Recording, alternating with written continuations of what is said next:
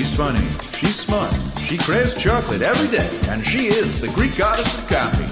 Here is your host, Ellen Karis. Hello, everybody, and welcome to Karis's Comedy Corner. My name is Ellen Karis, and you're listening to the guest edition of Karis's Comedy Corner, where I have an extra special guest. I'm so excited. But before we get to her, we got to do the ads. Got to thank our sponsors. First sponsor, Baywalk Marketing. Go to their website, baywalk.net, for all of your advertising and marketing needs. They can help you with your website. They can help you with your social media. They can help you with a flyer. They're also experts in the Greek community. Go to their website, hollywoodgreeks.com, to find out where all the Greek entertainment is, and hellenicfestivals.org to find out where there is a Greek festival near you when they start opening back up. Also, our other sponsor is Select Flex. What is it? It's an orthotic. What's an orthotic? It's also called an insert. What do you do with it? You put it in your shoe. Why? Because your entire body needs, I wrote this copy myself, your entire body needs support. Everything starts from the foot, works its way up. But what makes these so much different than anything you'll find over the counter is that there is an adjustability in the arch. You can adjust the arch firm, extra, extra firm, depending on what your needs are. I have them in all of my shoes, and it is UGG season, ladies, which have absolutely no support, even though they feel warm and fuzzy. So please get them, try them on. Go to their website, selectflex.com, selectflex.com. And for Karis Comedy Corner listeners, there's a 25% discount if you type in the code FAMILY25, FAMILY 25, because I feel like you are like my family, except I fight with you guys a lot less. So go to their website. There's a little video. Check it out. And we thank them for their support. Get it? I know. Genius. All right. So very excited. I consider this woman, this talented woman, a friend. I have not seen her live in person in, it's got to be at least 3 years. I'm going to ask her if this is the last time. She is incredible. And what is amazing about this lady is she is such a great writer and such a wordsmith. She's from Boston with like a big splash in New York.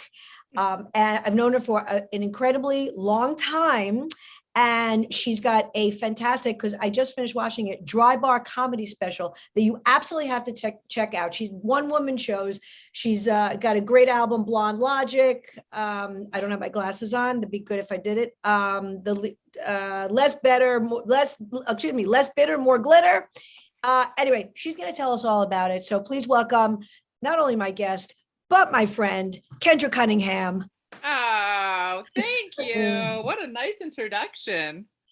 You are nice. You are lovely. I always dug you. I always dug you. And I believe, if I remember correctly, we met through Tommy Koenig. Is this true? Yes. Okay. Mm-hmm. And by the way, I just talked to Tommy 2 days ago. You did? And he moved to Florida. I got the email. I haven't responded. Tommy is our mentor. He was, he still is. I mean, if we had to call him for something, he would be there in a minute. But yeah, I talked to him live, and he's very happy, and he's thinking of maybe starting up some sort of Zoom based something. He doesn't know if it'd be a class or just like sort of like a community hang and to run stuff by each other or what. But anyway. Wow. That would be great. Love him. Yeah. We've had him on the podcast. When I was doing it live at the comic strip, he came in. Oh, awesome. And we went so long that we actually did it in 2 parts, because he is just chock full of, first of all, comedy, history, and just his storytelling. And he's so kind and he's so wonderful, and you just keep listening to him. He's like sort of like a Tony Robbins in a sense for for comedians. So he's inspirational, and just follow your dreams. And so he's great. And yes, that's how we met. And it was a really great community. Has it been like 20 years already? Because I feel like it was the beginning of the 2000s, right? Or like 2005. We're going into 2022, so like 17 years ish. I would say, yeah, because I think I took my first stand-up comedy writing class in 2001, Mhm. and that was with Dave LaBarca. And then I mean, I took so many classes, and then somehow I can't even remember who, maybe Pat O'Shea, but somebody turned me on to Tommy Koenig. So it had to have been somewhere around maybe, I don't know, 2003, 2004 that I found him.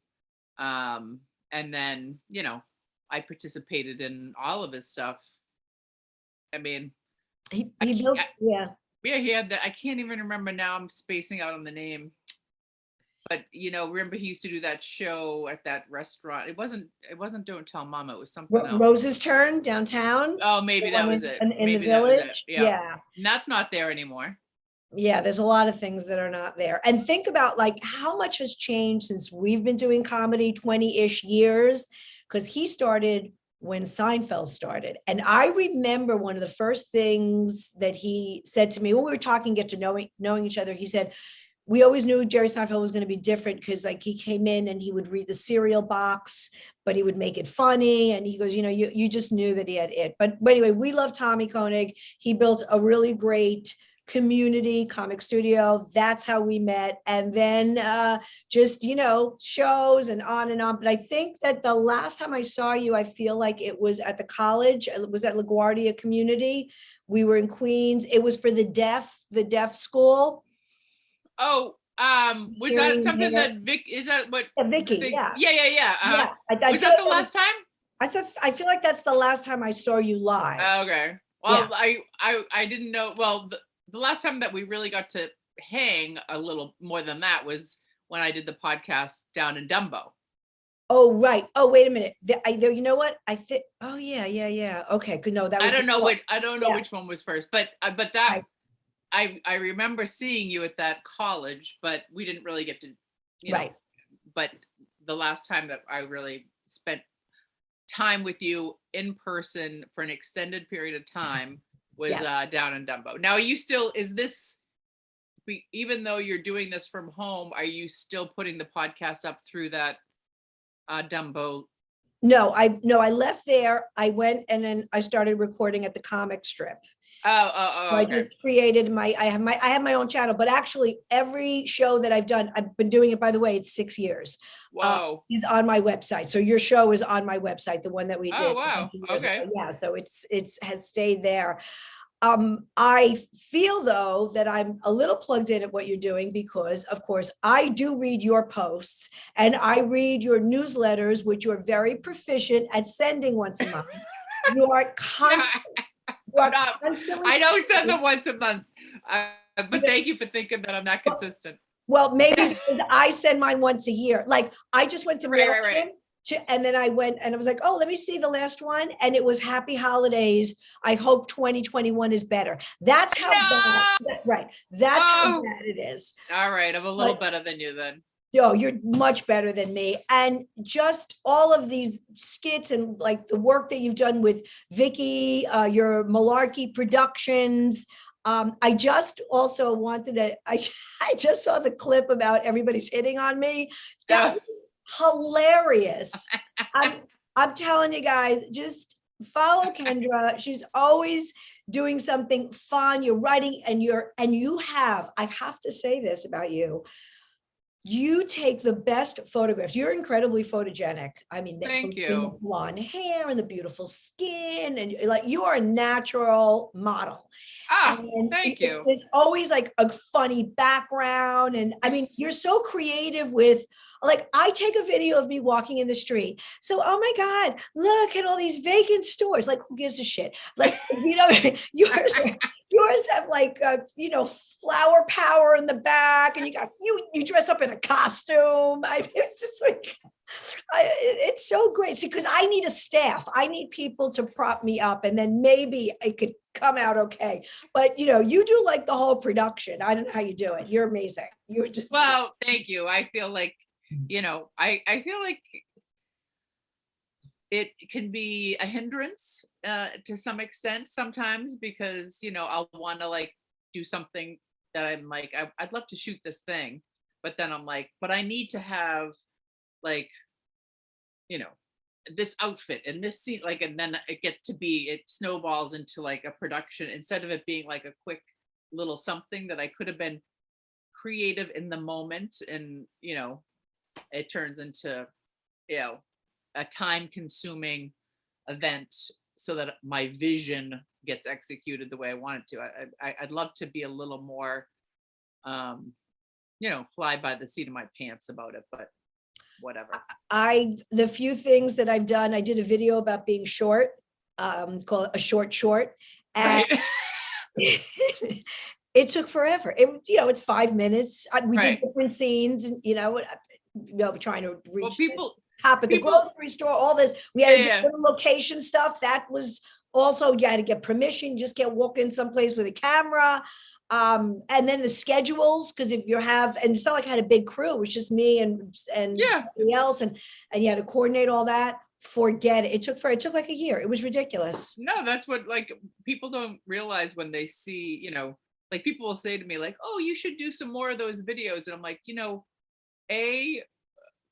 especially the videos that I did with Vicky, me and Vicky, we would spend money, you know what I mean? So we would spend money, and then you have to get all the people to agree to come on the day, like you said, pay the money, shoot the video. So then once you get all that stuff done, then that's not even it. Then you got to get someone to edit it. Then you got to watch it and see if it comes out the way you want it to. Get blah blah blah. It's like people who aren't making stuff don't realize how friggin' hard it is to get something done. That's right. Production. Yep, absolutely. It's crazy. And then, but you've also written pilots for TV shows. I mean, you're not just doing clips. You've done one-woman shows. Don't Tell Mama is a very big venue for you, a place I haven't been to in forever. So what's going on now? What's happening with Kendra Cunningham now? I'm gonna move to Mexico and be a bartender. No. No, I'm still. That sounds so nice. I'm if I wasn't so short, I could have been a bartender, but it doesn't work for this. I feel like I'm getting to the point where I'm like, I don't care. I'll wear short shorts with my cellulite, and I won't even care. And people will still tip me. What's going on with me? Well, I did my solo. The short story is still, doing stand-up. I'm trying to be a little bit more selective of the gigs that I take, mostly because, it's time consuming. And I don't know how to say this without sounding whatever, but I kind of feel like I don't know how much better I'm going to get at stand-up. You know what I mean? Like, I feel like, I'm not saying like I'm the best, but like, I think that my capacity for stand-up, I don't know if I'm going to grow anymore in that area of my life. Like, I just don't see, I started doing like longer bits and putting some stories in and stuff, but I don't know, that I feel a little bit like the thrill is gone for me, like. Can I just comment on that? I think when you just said I'm being more selective, we as in people like you and I and Right. our brethren, especially Right. our sisters in comedy, Right. we know what we're talking about. We're at the point where we've been doing this a very long time. We've delivered. We've given people what they wanted to what they wanted, what they paid for. Mm-hmm. And it's the ROE at this point is getting harder. Mm-hmm. Me personally, I'm still passionate about it. And I've still had some opportunities to have some, really good shows or bigger shows, but they're not as much as I would like at all. Mm-hmm. And yes, those gigs that we used to just jump at and say, yes to everything, we earned the right to turn some of these things down because we're in another place.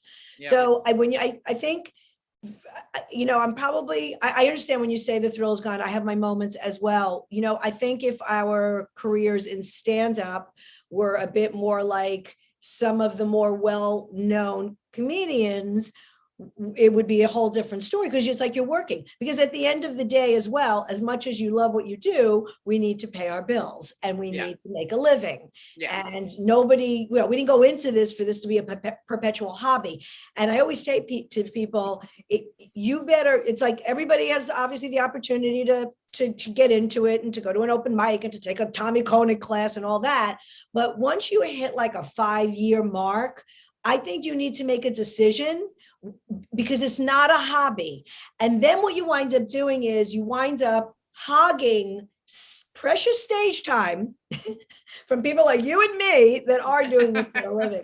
So I totally, I hear you. I hear you with that. It gets exhausting after a while. I mean, I will say that, like, I guess, like, you say, if we were in different positions in our career, it'd be, I really think that for whatever reason, I need it. Like, now when I perform, I feel like I need a little bit, I want collaboration. You know what I mean? Like, I really, the one thing that, as much as, stand up is a very, it's a very solid, it's just you. And I don't know. I feel like at this time in my life, I just am a little bit more like, I want to be creating with other people. And there's something about that is much more appealing to me now than it ever was in my life. Just collaborating, and I feel like when you collaborate too, you don't have a choice but to grow or develop in a way that you don't as an independent creator. But you are a people person as well. I mean, you're very social, so I can absolutely see that. And you've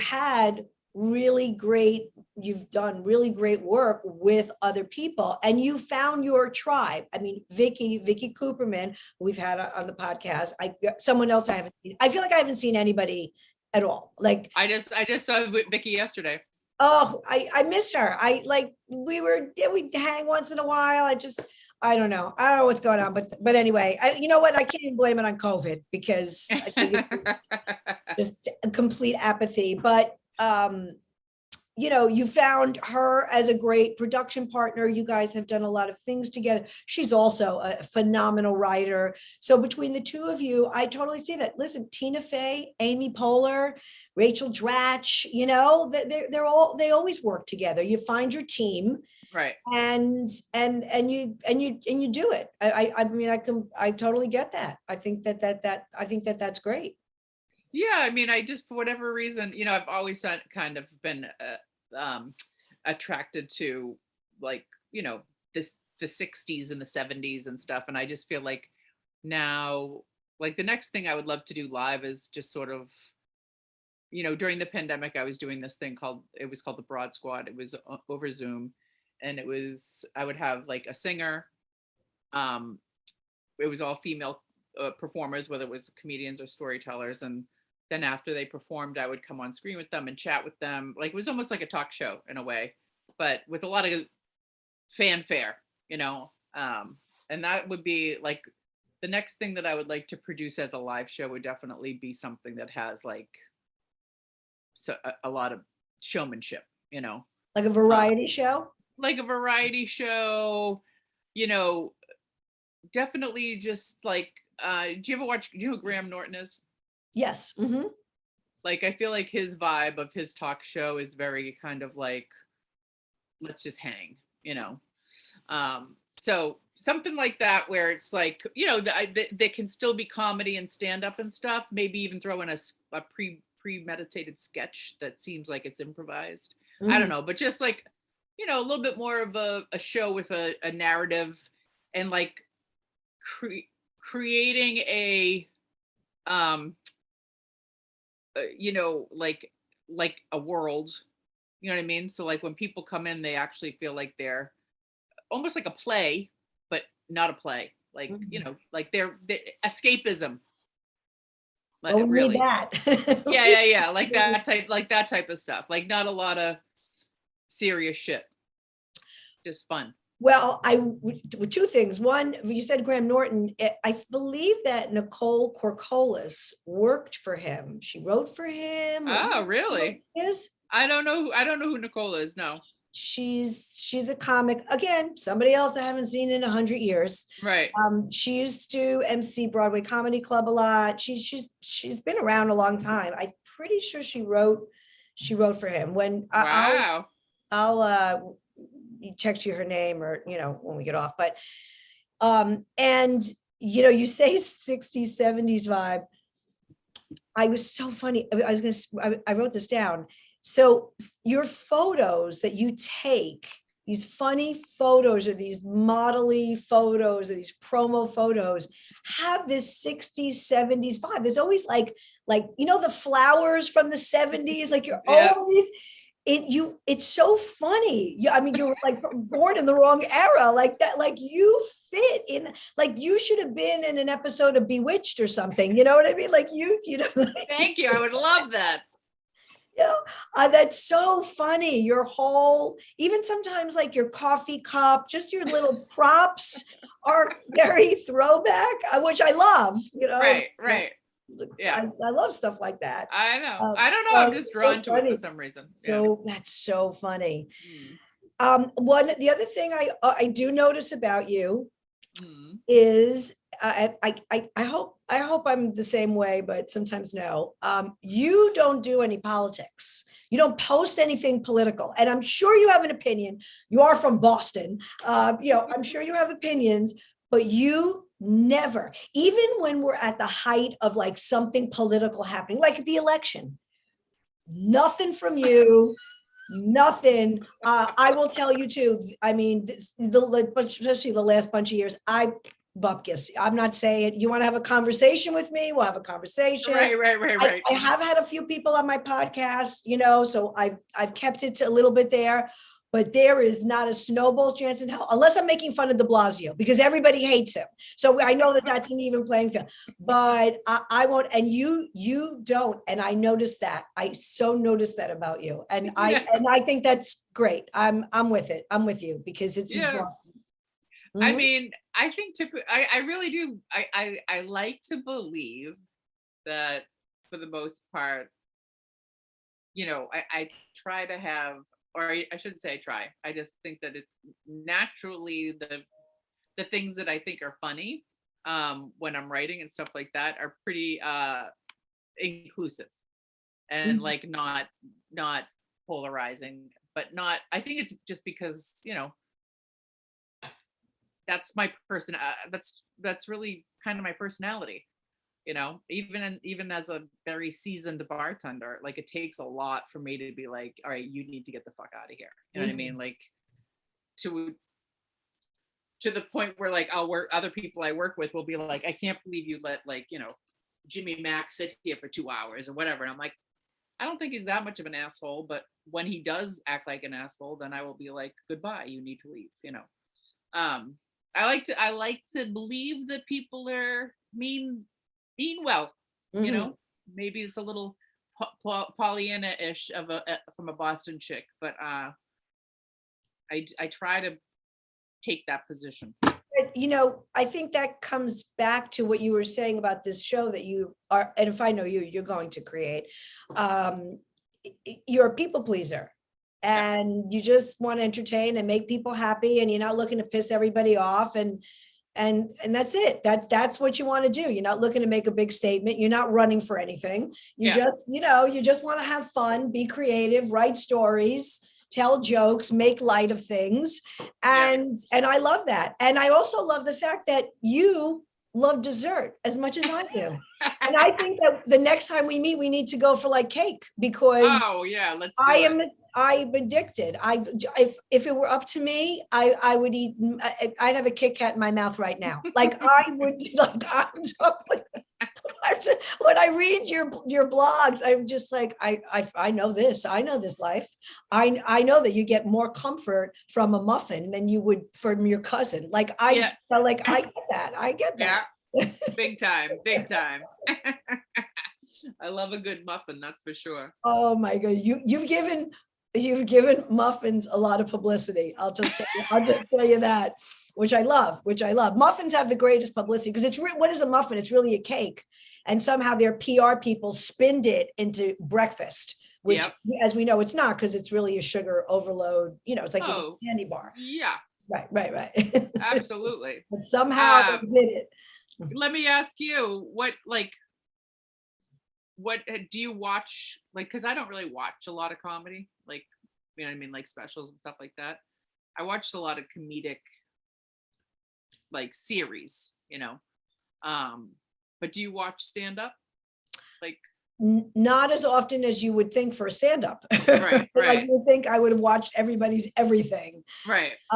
No, because I don't know why. Although I do have like a list of people that I want to watch that are on Netflix, but I was so happy we did this today, because then it made me go to your dry bar special to watch it, which was brilliant, which I loved so much. It was I swear to God, it was just so good, so funny, so just, I love your rhythm, the stories about your mother that you've been doing. I mean, it's very, very funny. I'm glad you got yours out. I assume you did it a couple, when did you do it? Like last year? There's a long lag between when you film it, when they bring it out, because I did mine in May of 2021, and I haven't even seen a cut of it yet. So I know it takes a long time. I did mine I think mine came out in 2019. Oh, okay. And I think I shot mine, maybe I either shot it in like December of 2018 or January of 2019, and it came out but the weird thing, funny, whatever you want to say, they didn't even tell me when it came out. They just put it up there? Like, somebody was like, hey, by the way, I saw your thing. And I was like, what? Oh, wow. I thought they would send it to you and you get to edit it or edit or something. No. Oh my God. Which I'm so glad that they didn't let me see it, because Ellen, I took this gig. I never in my wildest dreams, I thought maybe 100 people, maybe 1,000 people would see it. You know what I mean? Like, I just did it for I think I got paid like $2,000. I was like, I need $2,000. Yeah, I'll go to Utah. And like, had I known, I would have worn a different outfit. I would, you know what I mean? Like, I would have so many things I would have done differently if I had known that 500,000 people are going to see this fucking video of me. Mm-hmm. Oh my God. I thought you looked great. Thank you. I appreciate that. But that's your look. Between me and you, I think I could have looked better,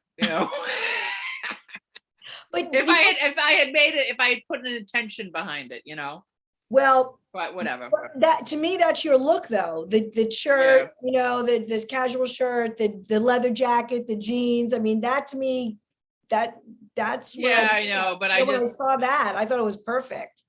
I think I would have just taken a little more care. I bought that. I remember I couldn't figure out what to wear. I was in a Marshall's that afternoon and bought that. It was like a Who t-shirt from the juniors department. I was pulling it down, trying to make it touch the jeans. You know what I mean? It was really, I think, supposed to be a half shirt. I mean, it was like a really last minute decision, which is not my normal. I usually am very well planned out with what I want to wear. But anyways, thank you for watching it. I have no regrets whatsoever.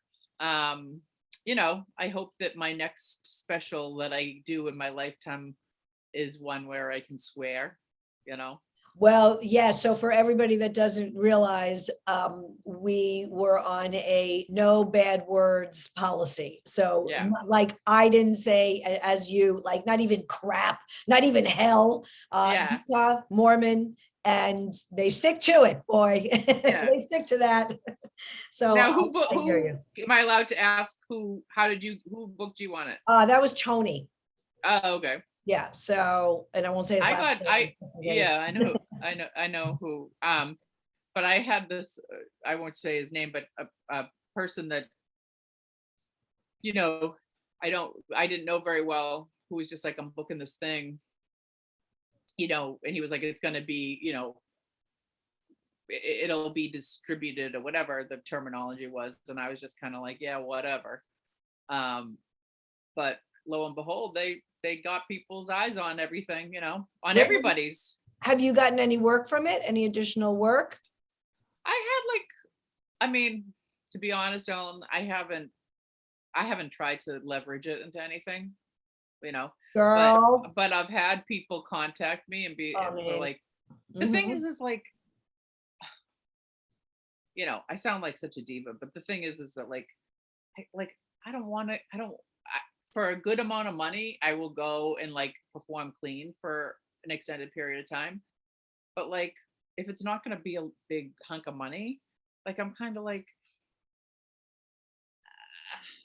I don't care. You know what I mean? Like, if it's going to be like less than $1,000, I'm like, all right, I'm going to get myself to this location.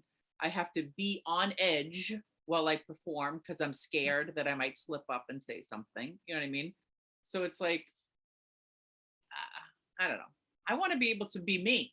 I understand what you're saying, and you made also another great point when Kendra said, "Get myself to this location."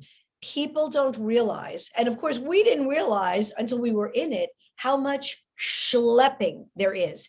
It is more work to get to the first of all, to get the gig, period, and do that whole negotiation. I mean, I don't know about you, I have no representation, so everything I do is myself, and then trying to find that price, and then getting to the gig is more. All of everything before is much more work than the actual on stage. Like, that is almost the easy part.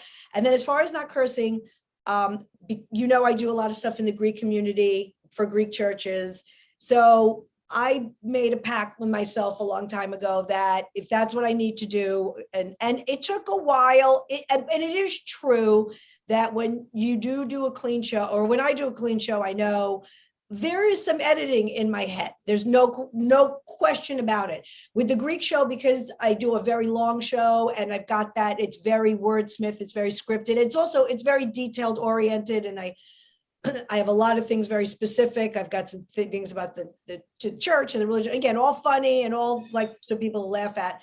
But separate and apart, even I did a corporate gig a couple of weeks ago. They would ask me clean. I said, okay. And, if you say whatever you want, I'll give you.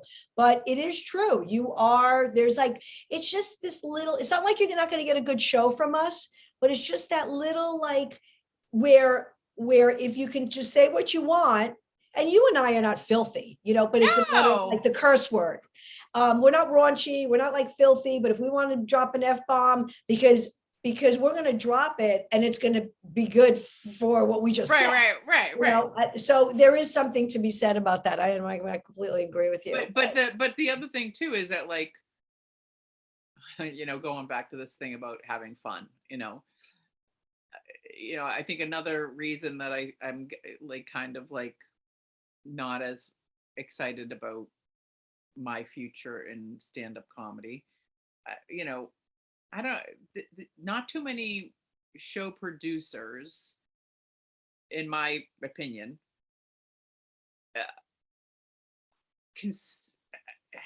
are fixated on the fun factor. You know what I mean? Like, I feel like the tone and energy of a lot of shows have just become just random showcases, like no thoughtful, like, oh, you know what, I'm going to book this person, and it'd be nice, this would be a great lineup, these 4 people, that'd be a great lineup. I think a lot of people now who are booking and producing shows are just like randomly throwing all these people on a lineup, and it's hard to get like a show feeling like a party, like everybody's on board, like let's all have a good time, when you have one person who's like me talking about muffins, and then the next person's like talking about abortion or whatever, you know what I mean? Like, it's hard to like get the flow of a nice like a fun loving show when you haven't like really curated it to any point, Right. And I think that's one of the reasons why sometimes I go to shows and I'm like, I shouldn't be on this show. Like, this is not my type of comedy. So now I'm going to have to work even harder to try to get these people to like pivot to a different style, or I get there and I'm like, nobody's greeting me. Like when I book someone on my shows, I'm like, hey, hi, how are you? Thank you so much for coming. This is the bar. This is where the stage is going to, like, you know what I mean? Like, who the fuck is, like, it's very no respect. You know what I mean? Like, I hate to say it, but like, it's like the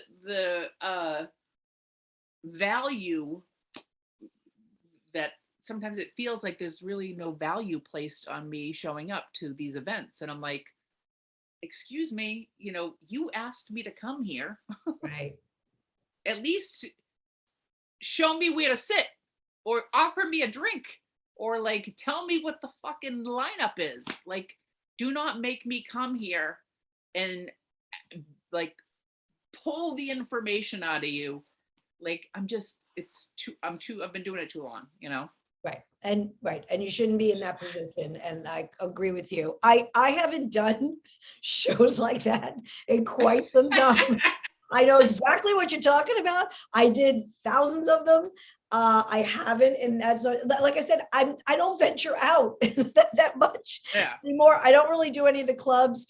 There's a couple of produced shows that I would do if it's somebody I know, obviously. Right. That's great. I actually did a couple things myself. No, I don't do much myself at all. And then everything else is really hire, right. Like I said, for hire. So I hear you. I know you live in Brooklyn. I have to ask you, where are you from Boston? What part of Boston?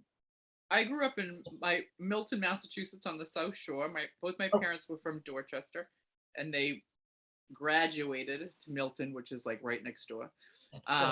But Milton's like the first town outside the city lines. So it's a little bit like, oh, I moved to the suburbs, even though I could literally walk to Dorchester, So I've grown to love Boston even more than I did. I just never really spent that much time there.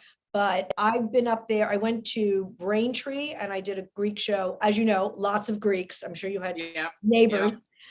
I did a show at that Greek church. It was in the middle of July. I was like, you want a show in July? Because usually Greeks go to Greece.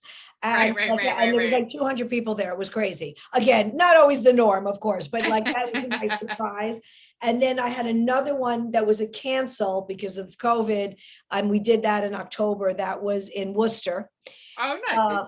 And then I got in contact with the person from Laugh Boston. You know those guys very well. Yeah, I love them. And I did a show a few weeks ago on a Sunday night, no Pats game. And they were actually happy with, it was a small crowd, 40, 50 people. They were happy with it. It was a Sunday night, 7:00 in December. And the room was great. It was fun. I did an hour. I had somebody open up for me. That's fantastic. And hopefully I'll come back. And I don't know, maybe this is something we can, again, offline, we can talk about, as well. I don't know. I was thinking you, me, Irene Bremis. I don't know. I don't know. Who did you have open for you? He's a kid. He's a, young comic, Chris D. Dimitrakopoulos. So I wanted a Greek guy. We did like a little Greek theme to it. You know what I mean? Like Greek up, even though you don't have to be Greek, obviously. But right. Fun.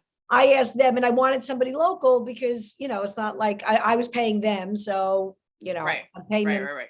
Well, better than feature money, but you know what I'm saying. So, but I'm not going to ask you for that, obviously. So, but it was a beautiful room. Anyway, all this to say, I really love it there. And my husband has a very good friend that he had used to work with that's from Needham. So I got to stay at his house. He was very generous. And I stayed there. Oh, that's nice. Like for a hotel. Amazing. So it's just, so I've been up there a bunch of times and I used to do the Cape a lot. We went last year, we went the COVID summer, but we used to go a lot as well. So, I am familiar, but this time I feel also I drove myself there this time. For some reason, I don't know why I've never really driven there. Right. And I felt like I was able to, maneuver myself around. It's great. It's a different twist of it's not New York. And there's something about up there that's very like homey and like, I think because the seasons are so intense.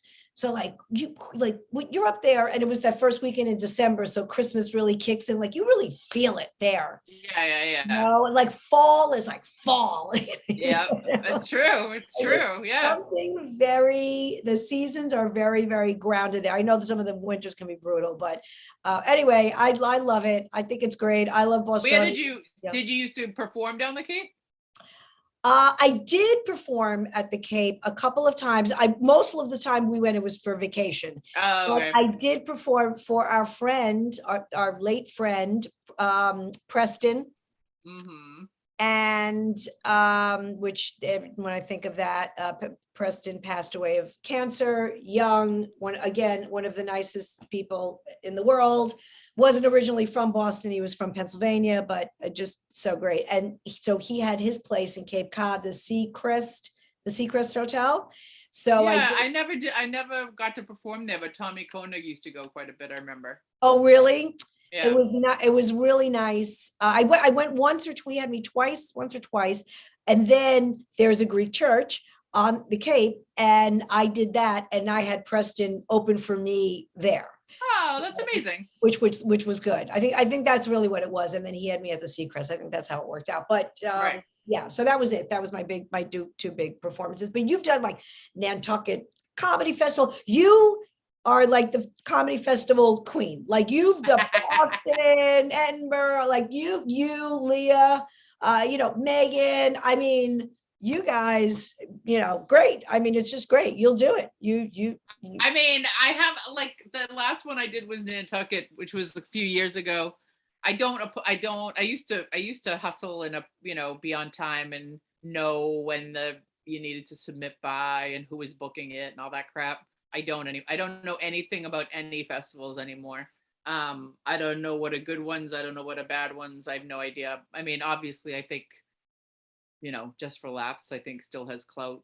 But yeah, I mean, I used to be, I remember like not getting into festivals and feeling just like terrible about myself. And I'm glad that my connection to them has softened, because it used to be a big source of stressors. But I some of them were really, Glasgow Comedy Festival was so fun. Some of them were like really well worth it. And then some of them, you drag yourself to another state where you're paying your own way. Mm-hmm. And like Right. anything, so sometimes some are well produced, some are poorly produced. Tell us about your one-woman shows at Don't Tell Mama. I was dying to go. My 2022 resolution is to get my ass out of the house. I know, big effort there, but to go out more and see more entertainment, because you asked me about like what I watch and everything like that. I mean, it's like it's getting boring, and I like to practice what I preach. There's nothing like live entertainment. Yeah. Nothing. So whether it's music, comedy, obviously Broadway shows, plays, it's just not the same. But you had one that was This Could Be You at Don't Tell Mama.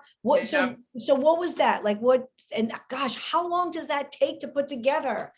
I did that. I remember, so I saw this solo show called Life Behind Bars, and it was about a male bartender, and it was very funny, but there was a big narrative to it where he basically becomes an alcoholic, and to the point he is like hallucinates and ends up going into psych ward, blah blah blah, becomes sober, but still bartends. But it was just, I saw that show and I was like, oh, like, first of all, he got to perform for an hour in New York by himself, and I was like, oh, that's cool. How often does that happen? And it was like, you really kind of got lost in his world. It was like escapism. So anyway, long story short, I said the director was there, Tanya Moberly, and I was like, that show was amazing, blah blah blah. I'd love to talk to you, like how this comes about, like how does somebody do something like this? So I ended up talking to her, and she was like, watch my stuff, and she was like, you could totally put together a show, but well, I started working with her. That was in January, and I think I put up the first show I think I did that year, like 6 months later. So it took about 6 months. And then it changed a lot as I did it, not a lot, but I feel like it got better to some extent as I did it more. But mostly it's about my family, and I was estranged from my father when he passed away. So it's a little bit about attending his wake and finding stuff out about him, and also sort of like the negative impact he had. I spent most of my life trying to deny the fact that he had any impact on me, but as I got older, I could see that a lot of my, especially relationship decisions, reflected an inability to really connect with people, So anyways, so it's there's a tiny bit of deepness to it in some aspects, but for the most part, it's jokes. It's funny. It was an hour? It was an hour. Yep. And I did it again this past July, I guess, or June or July. And I filmed it. And I have been talking to I sent it to a couple of people, like with the hopes of maybe someone buying it and distributing it for me. And one person so far has, I won't say the company because I don't know if I'm going to, well, who knows what's going to happen, but has, is interested. But, this is the thing. It's like it's a weird decision, because you can be like, okay, I don't feel like that's the best deal monetarily, but like the plus side is you get to say somebody bought my special and they're distributing it. You know what I mean? So, I don't think most people, like talking to different people, they're like, hey, Netflix, HBO, like these big names that do comedy specials aren't going to buy somebody else's special. They're going to produce their own stuff. But I would like to try to see if I can get any of those places to look at it so that they could then be like, oh, well, maybe someday would like to work with this woman. You know what I mean? So anyways, that's what's happening there. I wrote a little pilot script to go along with it, in the event that somebody loves it and they want to make something. I don't think I'll personally shoot the pilot just because of the money involved and all that jazz. But yeah, now 2022, I'm trying to either make a very glamorous show where I get to bring other people, not just me, a collaborative endeavor. And I want to make some money, I don't know if that's going to be through real estate. I don't know if that's going to be, I'd love to be acting more. I mean, it's just, there's so many things that I'd love to be doing that aren't, that require other people to get on board with my wants and needs, it's just not my own. There's only so much you can do of your own avail, I can make my own videos, I can do comedy shows, blah, blah, blah. But at some point it'd be nice to have somebody else be like, oh, you know what? I'm going to put some of my own elbow grease behind it so that they always say, you need just that one person to believe in you. I don't know what your representation experience has been. I really have not had any. And the very, very, very little that I've had was nothing. So, it is. Well, you're just, I don't have any representation right now. I have had, the last person I had actually got me the most auditions I've ever had. Oh, that's great. I was very excited. To even be auditioning that much, right, Right. But she left the business. So, it's like, what are you gonna do? So now, I'm back to like emailing, trying to get people to look at my shit. And then I try to think to myself, hey, hypothetically, let's just say I hit the lottery tomorrow. You know what I mean? Like, let's just say suddenly I have $3 million. Money's not an issue anymore. Right. Mm-hmm. Does Kendra Cunningham still pursue any of this? You know what I mean? Like, I'm like, would I just be like, peace, and like go like live my life? Is it really me trying to express myself creatively, or am I just like grasping at straws to try to make a fortune? You know what I mean? Like, what the fuck is my intention here? That is such an insightful question that I am going to ponder this for the rest of the week. And I'm not as smart as you to really have expressed it out loud, but that is great insight. It's like somebody, made you comfortable, your bills were paid, would you still be busting your ass like this? Certainly the insecurity part, would go away. And that, you probably, I reek of desperation most of the time. Like that stench would probably subside a bunch. And then honestly, once people find that out that you have money, then they come sniffing around. Yeah, totally. Yeah, I know. It's interesting. But I think, if knowing you, I think like for people like us too, if everything was like all things being equal, and then we were able to get like quality gigs, even if they didn't pay what we wanted, or we would still do them because they think that part will, because then that'll make it fun, because it won't be oh my God. And then if you have enough money, you Uber it to wherever, you know what I mean? Like you're not taking. I would so have that. Right. Heaven help me if I do ever have I'm gonna be that bitch who's like a driver. You know what I mean? Like I would have a team. Team and I wouldn't have this, and I wouldn't neck, and the whole thing. But I would never go to Penn Station again if that's no object. I'd never get on New Jersey Transit. It's funny though. I do think about that quite a bit. Like if I like literally, I'll be like sitting at a bar, and I'll think to myself, if I had a shitload of money, would I be sitting here right now? You know what I mean? Like, I'm like, how different would I be if I wasn't, because, money for, I don't know about you, but like money is something that's on my mind every day. You know what I mean? Like every day at some point, something about money is on my mind, I used to be a CPA. Like I did that for a living. Like that's all I talked about. Wasn't mine, but I'm just saying, Right. So, who needs therapy? Like who's the one that needs a lot of help? Crazy. Crazy. I know you got to go. Two really quick things.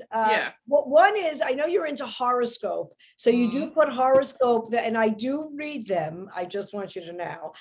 But the other thing that you do that I find fascinating, and I can't do myself, is the vision board. So you really are about like, putting good vibes out there, and the mantras and the affirmations and manifesting and all. And listen, if I were 17 and still had collagen, I would manifest all day. Okay. Because I would think that it would come true. But at this point in my life, I have no hope. And I'm bitter. So, but I want to know how you do that, because you seem to you live that life a little bit, and that's good because it keeps you grounded and sane and hopeful. Right now every morning I try pretty consistently, maybe 1 or 2 days a week I might miss, but I first thing I do usually is read something that's good for the brain. Yeah. Mm-hmm. And I read this book, like I think it's called like the 5-minute morning or something. But anyways, they say like, you should read, write, move your body. God damn it. What were the other things? There's 5 things. But anyway, I probably like eat. I don't know. But anyways, I always read, write, and like, kind of try to take a bird's eye view of my life a little bit, and so I definitely do that. And now, during the pandemic, I took astrology classes and tarot card reading classes. So now every morning I do a tarot card. And I feel like it's like almost like lottery tickets. It's like, it's hope, it's maybe it's false hope, but it's hope, and who cares if it makes you feel good and it gives you like a little bit of like belief that something good is going to happen. Even if you're like brainwashing yourself into like happiness, who cares? At least it's better than something different, Right. So I do all that. I definitely am like one of those people who has goals written down, and I'm trying to actually be less focused on productivity, because I feel like I'm very much like always aware of what else I need to have done. Whether it's, even simple things like fucking posting on Facebook and shit, like it's exhausting, like I haven't even posted on Instagram in like over a week. You know what I mean? Like sometimes I contacted someone, I interviewed someone to actually run my social media, because I was like, that would take off like just so much off my head, because people think it's it's important to some extent, but like they want like $500 a month, $1,000 a month, like these. And I understand, like if I was going to do it for someone else, I'd be like, you got to pay me, Right, of course. But dude, I don't know, I wish it would all go away. And when we started, there was none of this. Oh no. So this has morphed. I completely agree with you. I find it exhausting. And then because I'm so insecure that I scroll and I see what other people are doing, and I have massive anxiety attacks. Just now with holiday parties, I haven't gone to one Christmas party. I'm like, I have no social life. Likes me. I wish I was at that place on Park Avenue, but it's just like everything. This is before coffee. Like this is right. Like while I'm waiting for the coffee to percolate, like it's ridiculous. So I hear you. Well, I know. I think that's another thing that has gotten me a little bit disenfranchised or whatever. I don't know what the word is with comedy, is that there's a lot of comedians, people call themselves comedians at the drop of a hat, you know what I mean? And honestly, like when I started doing comedy, I never even thought that I would be a comedian 5 years. Like I never thought that I would have been involved for as long as I have, you know what I mean? It just sort of happened that way. But like, now I think a lot of comedians are like marketing geniuses, they're more marketing people than they are actually joke writers or interested in the craft or of self-expression. And it's more of a marketing program, If you had 2 million Instagram followers with the same act, you'd get booked. Yeah. Like that. Yeah. So I hear you. I know. I hear you. One of the last times I worked, I won't say who, but I'll tell you when we stopped recording. They said, that this is a booker that I really like a lot. And they were like, they were starting to like their job less because they were basically like almost forced into hiring people who have big social media followings. And they'd be like, I got into this job so I could find talent that I like and give them an opportunity to perform in front of people and like maybe help them to grow or like get, become bigger. And now it's more like, they're almost being told who they need to book not because of their talent base, but because of their social media. It's really fucked up. And like, I feel like I could talk about it for like 3 days because there's so much there's so many, domino effect of social media to so many different aspects of our culture and everything else that I don't see much good in it. But yet I'm participating. So You have to. yeah. I mean, Yeah. literally, but like literally, I feel like I have to. And that's another thing that makes me like not want to do it even more. Because I'm like, don't tell me what I have to do. I shouldn't have to do this because it's just like not what I signed up for. Right. Well, I thought by this time I would have been on my third sitcom. So, so the joke's on me. No, I had no idea I was going to be such a failure, which is the title of my new book, How to Reach Sub Parity. But if I were motivated like Kendra, I would have done it already. Listen, I know you got to go, but stay on because once we start, I want to talk to you for a minute.